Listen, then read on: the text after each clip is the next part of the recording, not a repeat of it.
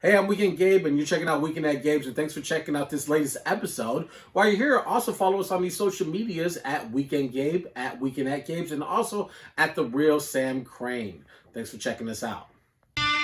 Woo! We done did it. What a day of news. All right, What a day.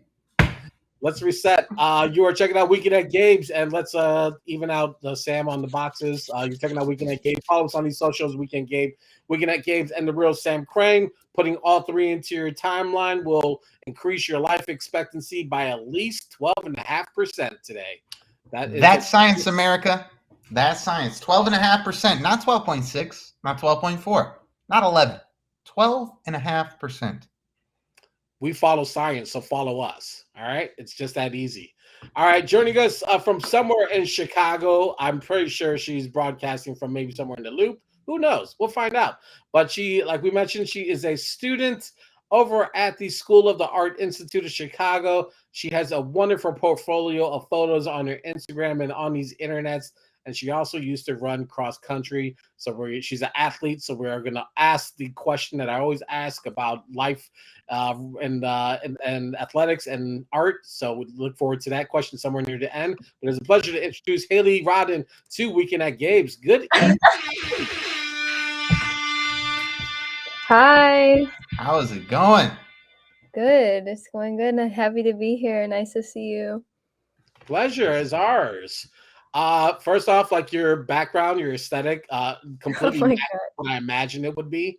So that's great. If you want to come and do our backdrops, you are more than welcome to design that. I will welcome that. But like I was mentioning, like you have a wonderful portfolio of work that's out there on these socials as you yourself are studying as a student.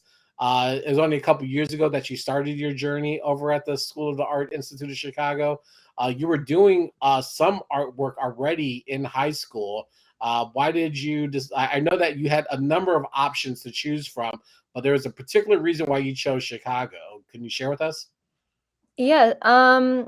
My creative background really started in photography. But really why I picked the School of the Art Institute was because it's very interdisciplinary. So I knew I was going to be able to get to do a little bit of everything. I had interest in clay, I had interest in fibers, and I knew that this would be a good option for me to explore all sorts of different mediums. Well, at the same time, I love Chicago. Chicago has always been home. And I really could just like see myself really thriving there. So I read an article about sort of your opinions on the school. It was kind of sort of around the idea of the school. I'm curious, junior year now, right? Am I right about that? This is my senior year. Senior year now. How do you feel? Because I believe that interview was like sophomore year. How do you feel now? How as a senior, looking back on the totality of experience, how do you feel about what SAIC has done for you? Yeah, I am remembering my roommate from DePaul actually did that interview with me sophomore year. And things were a lot different then. That was really right before the pandemic. And now I'm living with my grandma in Forest Park. So I'm commuting back and forth to school and also to my placement school where I'm student teaching. So things that really look a lot different than they did then. I find I'm not doing as many social things as I was. I have a lot going on, but the school itself, it has its positives and negatives. It's a challenging environment, but at the same time, they really push you to kind of pursue what you want to pursue, and that is really important to me. And one of the things that caught my eye, and I think it was this summer, was this installation that you did on the L train with flowers and bouquets. Gabe, I don't know if we have that on deck to show the people, but I think it's interesting, sort of, based on your background, photography, even pottery, fibers. These are sort of different things than creating what you did in that L exhibit. And what really stood out to me was that it was interactive, right? So what was your idea behind making an interactive exhibit where you kind of let people play around in the sandbox a little bit, as opposed to something that people can see on a wall or in an exhibit? Right. Well, my love of flowers comes from one, working with my grandma. She's the one who kind of introduced me to plants and gardening. But at the same time, my dad was a farmer growing up, so I had that farming experience of really learning how to grow things and seeing that up close. But for this, I kind of took a break from photography because I was having this ethical dilemma where I felt like I was taking so much, and there's this exploitive nature of photography that I Mm. was really struggling with. But this was a class I took called Advanced Post-Production, and this was actually my final. I ended up taking photos at the Garfield Park Conservatory and replacing the advertisements on the top of the train with those photographs. It's actually 800 by 44 inches of prints. So it's a Oh, huge, wow. yeah, it was a I'm huge just photograph. noticing that now. That's insane. And then the flowers, flowers make people happy. It's a thing that is not so like readily available to everybody. So flowers is what I do, it's what I know, and I definitely wanted to incorporate that. So the little things on there that says take me home, and I was able to luckily sit in and watch people interact with it. But interactive art and accessibility to art is something that's really important to me, so I definitely wanted to incorporate that in this exhibit. Mm-hmm. In your description, you quoted someone saying like, "Well, what's the occasion? Like, what like?" Because people aren't used to seeing things like this, happen on their commute. So, what was that kind of reward or that experience? Like, people just kind of like surprised or just sort of thrilled by this idea of this sort of exhibit that's in front of them. Yeah, the Green Line, which is the train I take to school, goes all the way from the west side all the way to the south side. And especially at this time during the pandemic, was mostly people who were either going to work or going to school. Um, and so I wanted to do that knowing that like essential workers were going to be some of the people who were going to be seeing that. Um, and yeah, it's so dull. I sit there every day and I look at the advertisements of like, "Oh, come do our clinical study on people with depression," and or "Come, like, donate blood," and I'm like, "That's so, like, ridiculous." I wanted to do something that was gonna be positive or something that was gonna, like, just, like, bring a smile. That was my goal in this whole experiment. You spoke a little bit in the interview from your sophomore year about wanting your art to sort of problem solve. Was that sort of the what you were trying to get at there? Really spice up the commute. You felt like that was the problem, or what was your idea there? I wouldn't say problem solve as much as I would just say, just adding some sort of positivity, hopefully, adding some sort of, like, excitement, something you didn't expect. Mm. Well, were you at all fearful about, changing the signage or that some from the CTA is like, yo, you can't do that? Because, being a kid, when we used to do those things, it was like the worst thing you could do and get ran off the train. So I'm curious to see were you at all like anxious or nervous that like, oh my God, someone's going to like think that we're vandalizing? Yeah, I had a lot of people in advance tell me, like, "You're gonna get arrested. That is not a good idea." And I was just like, "Oh, okay, what's the worst that could happen? Like, they're gonna tell me, 'No, you can't do it.'" And honestly, every CTA employee that, like, noticed it was like, "Oh, that's cool, that's nice." Like, I did not have any problems, and it definitely could have gone that way. I'm lucky that every time, 'cause I had the same thing with the sunflowers in the summer. Right. I didn't have any problems with CTA employees telling me, like, "This is not allowed," but I definitely could see it it Any going that anti-sunflower CTA employees? Yeah. Custodian, like, someone's going to clean that up and it's not going to be me. That was the second exhibition when I noticed you this summer coming through with the sunflowers. It was a little bit different. No longer on a moving train. You're doing a stationary thing, but you had this issue with what you thought were holes, but ended up being glass. Yes. Tell us a little bit about that experience. I'm from Oak Park, so I'm semi-familiar with the stops that you were inhabiting here. Yeah, Yeah. I really noticed that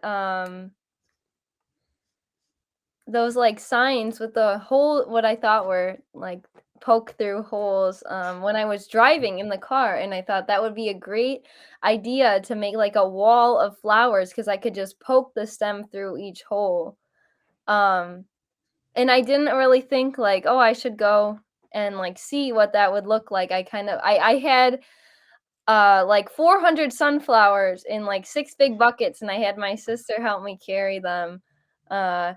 And we got there and she was like, "You gotta be kidding me. I can't believe you didn't think about this beforehand." But you find a way to improvise and kind of make it work. But now I know to do my research on my sites before, especially if it's somewhere I'm unfamiliar with, to before I go ahead and bring 400 flowers anywhere else. What was that experience like in parallel to the moving train? Was it different? Different people interacting with it? Were people more averse to it because it was like something they were walking past as opposed to sitting with? Yeah, it was a really hot day, and I did not see as many people, but everyone I did see again was super like, "Oh, that's so nice. Like, thank you. Like, that's really cool." I didn't have anyone say like, "Well, why the fuck did you do that?" or like, "That's like ugly," which I always anticipate the possibility of. But this one was different because it wasn't as thought out and it wasn't site specific. Like the green line goes right past the Garfield Park Conservatory, and that's where all my photos were from. This one was more just like, I'm gonna do it at Austin because I feel like it. Mm. And I think it's interesting because like the green line isn't always like the areas that it rides through are some of the more areas that are dealing with struggles and dilapidation, light. So I thought that was really cool that you chose that piece of track to showcase and breathe some life or some energy into it that otherwise you probably wouldn't see. Okay. It was more of a feedback, but that's cool. Well, what is it about these kind of projects? Because you mentioned that one of them was for a final or for something related to school, but like I'm pretty sure when you're thinking about these kind of public demonstrations, you find joy and glee out of it, correct? Yeah, for sure. For sure.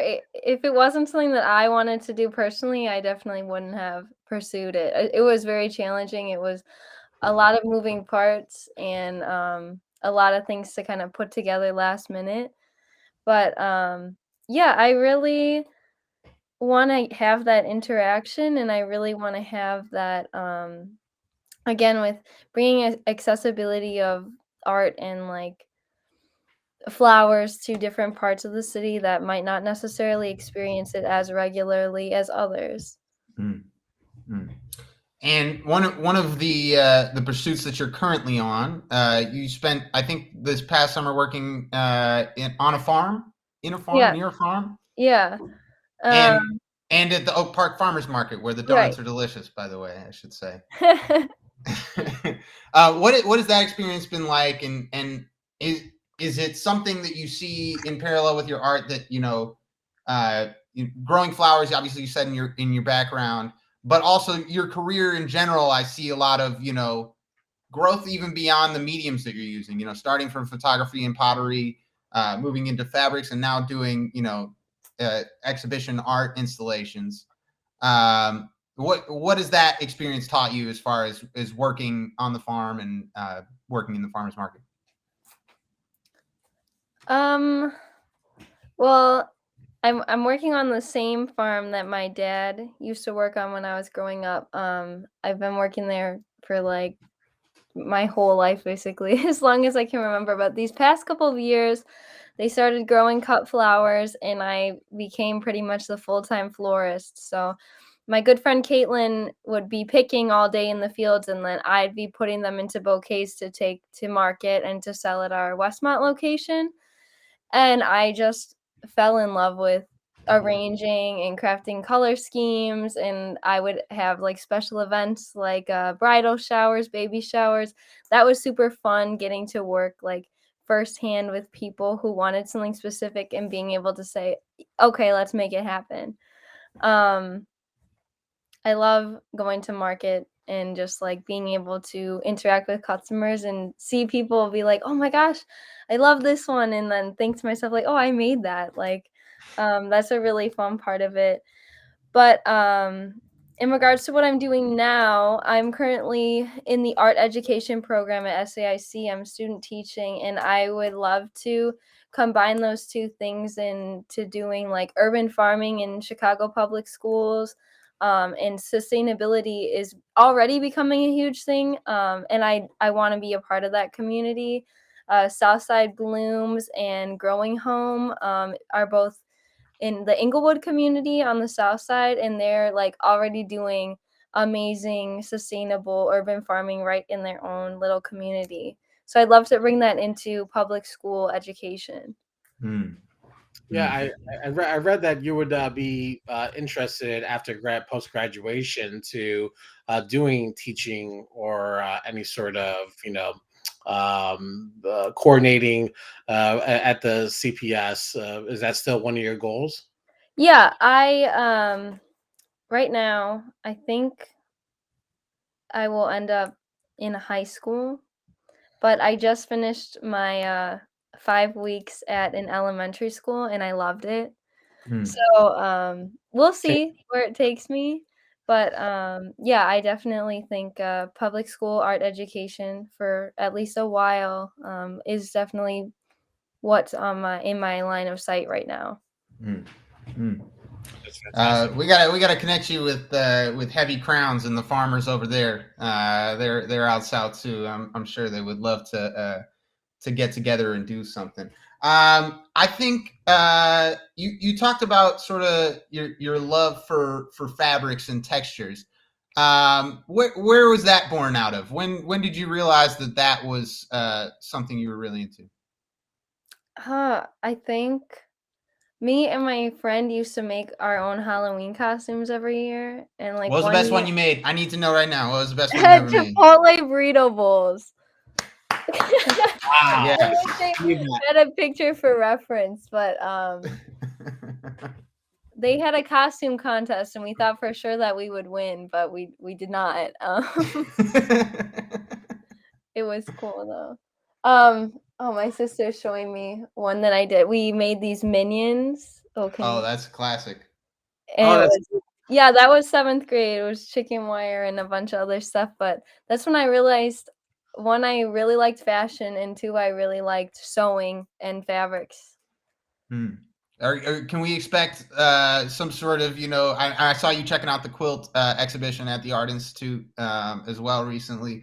Is that something we could expect? Maybe more of an actual, like Art Institute style exhibit with things on the wall with unique fabrics from Hailey? Yeah, yeah. Yeah, if I ever find the time to complete any of those projects. But yeah, it's definitely it's up there.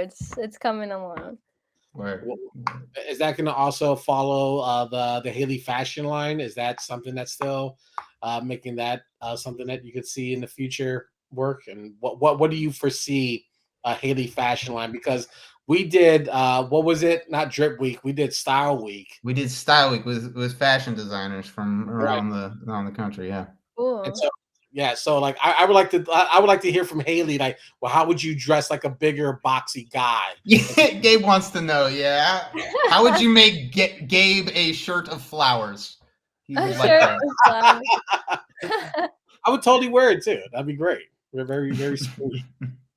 Yeah, I got the chance over the summer to kind of experiment with natural dyes and dyeing different types of materials, whether it be like cotton as a plant-based fabric or like silk as an animal-based fabric, and seeing how that kind of reacts with different dyes made from plants.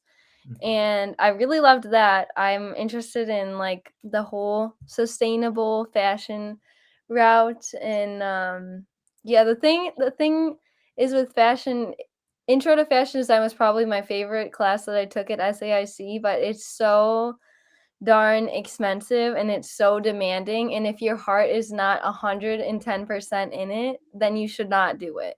And I have so many other things that I love that I feel like I will leave that to the people who their entire heart is dedicated to it. At least for now. Well, if you ever get into one-of-one custom pieces, Gabe is looking. I am looking. We will go broke. Don't worry about that.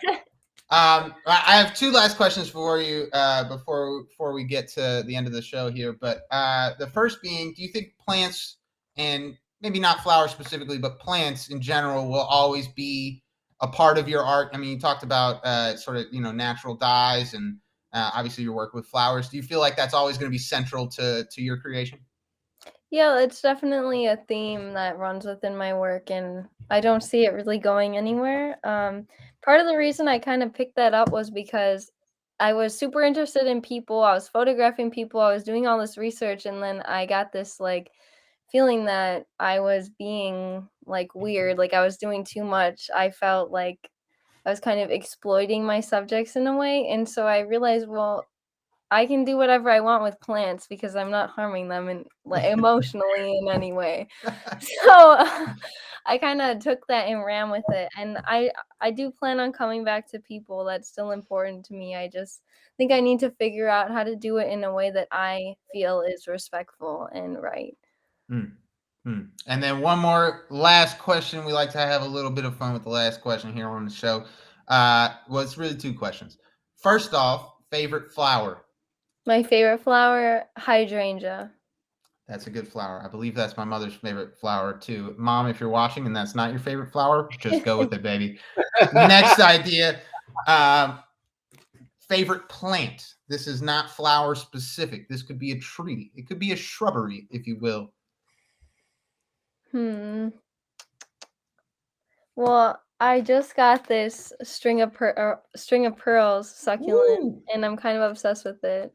It's gonna get really big, so I'm gonna have to say that one for today. Word. I appreciate it. All right, before we get you out of here, last question. You used to run long form. What is it? Cross country, Gabe. Cross country. Thank you. Cross country down in Downers Grove, right? So what is there a comparable similarity between running competitively and creating art? Well, that's a good question. I don't know if I know how to answer it. I just recently started running again, like for myself, and it feels good, but I think so, because when I run, it gives me a chance to kind of let my mind be free in the same way I feel similar when I'm creating. Yeah. It's that similar, like, kind of stress relief activity. Yeah. That's exactly when I walk, or I say walk now because I don't run anymore. My knees are. But yeah, that's exactly it. It's just like a space to zen out. You don't have to think of anything. You're just moving. So I can totally see that. Hailey Rodden, thank you so much for giving us your time here on Weekend at Gabe's. You could find her over on these socials on the Instagram at Hailey.Rodden on Instagram. And I think you're on Twitter as well, but you haven't been using that actively, so there's no point in finding you there. Yeah, that's true. But thank you so much for giving us your time. Good luck with graduation in the spring. We wish you the best. We wish you to come back once you get settled into your career and whatever you're going to do. We'll love to hear more about it, especially working with kids. That's yeah. fantastic. Thank you so much for having me. It was great. Thank you. I appreciate it. Thank you so much for joining us. Hailey Rodden joining us We're on Weekend at Gabe's for our second night of Art Week. I love it. I love hearing passionate voices. She knows what she wants to do. She's like she talked about doing a fashion line. She's like, you know what? Check it out. That's not really in the mood for me right now. I'm trying to build with communities. I'm trying to build with students. I'm trying to build with schools. And I love that about that giving back and taking all her expertise and giving it back to areas of the city that most need it, and also who probably don't have the access to that form of knowledge. So I love that about her. I wish her the best, and I hope that she continues on. Yeah, I mean, I've been meaning to have her on the show. We talk about the list that I wrote down when you brought me on, Gabe. She was on that list. So it was great to have her on the show. Great to have an opportunity. We do so many rappers. Good to have some visual artists on. And, you know, just to keep it simple, who doesn't like flowers? Flowers are amazing. I don't know. I don't know shit about plants or flowers, but I just like the way that they look and feel. I don't really care to know them. It's like I was like, you're just great the way you are. I don't need to know anything else. You're a simple man with simple taste, Gabe. Listen, I don't have enough storage space up here to keep track of every flower out there. Like I don't need to know that. I just need to know that you feel good when I look at you. There's a vibe. We could do something later, and then that's it. Keep it moving. Hey, I'm Weekend Gabe. Thanks for checking out this latest episode of Weekend at Gabe's. Click on any of the links swirling around my head, and also hit the subscribe button while you're here. Thanks for checking out us here on YouTube.